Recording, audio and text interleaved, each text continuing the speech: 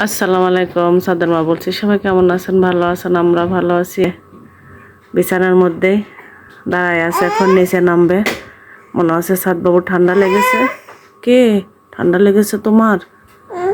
হ্যাঁ, আসলে গরমও পড়ছে, ঠান্ডাও পড়ছে, সব মিলায় মনে হচ্ছে আর একবার করে অসুস্থ হবে।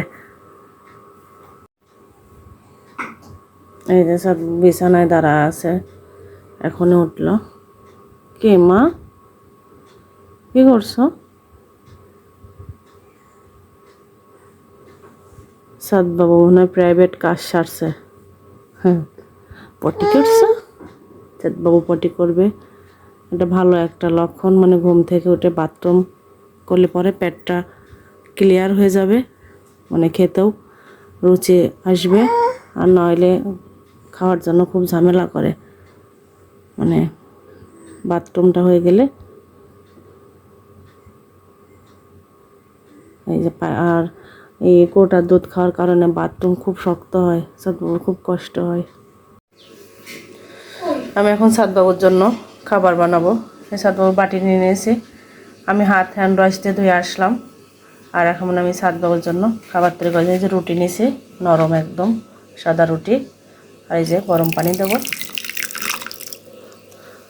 এই যে নেন দুধ, আমি এখান থেকে 1 চামচ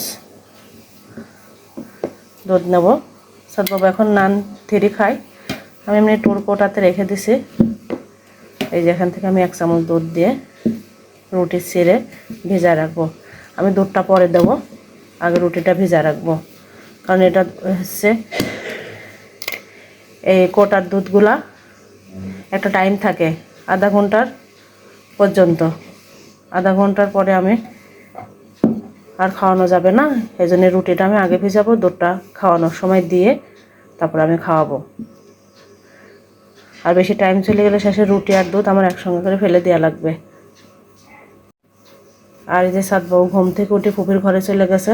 7টা বেজে গেল, সাদবাবুকে খাওয়াই নেই। একটা রুটি নিছে।